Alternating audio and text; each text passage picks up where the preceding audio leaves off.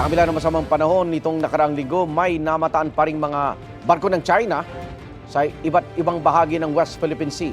Ayon sa Philippine Navy, 14 na barko ng China ang namataan sa Baho de Masinloc. 6 sa Ayungin Shoal, 1 sa Sabina Shoal at 2 sa Pag-asa Island mula July 21 hanggang 27. Wala naman daw agresibo aksyon ng China Coast Guard at Chinese Navy noong panahong yan.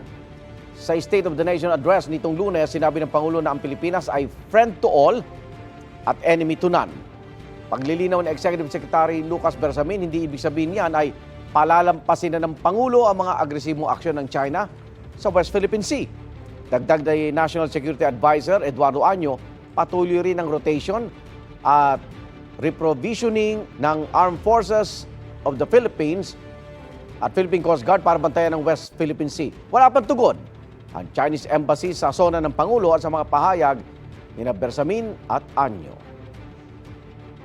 Our position in the West Philippine Sea has remained very constant. No?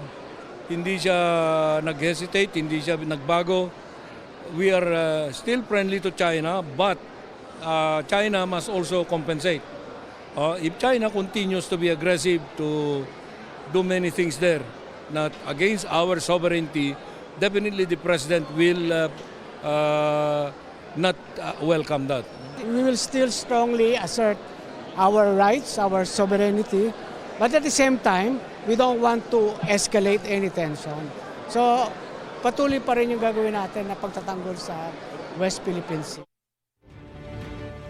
Igan, mauna ka sa mga balita, mag-subscribe na sa GMA Integrated News sa YouTube para sa iba't ibang ulat sa ating bansa.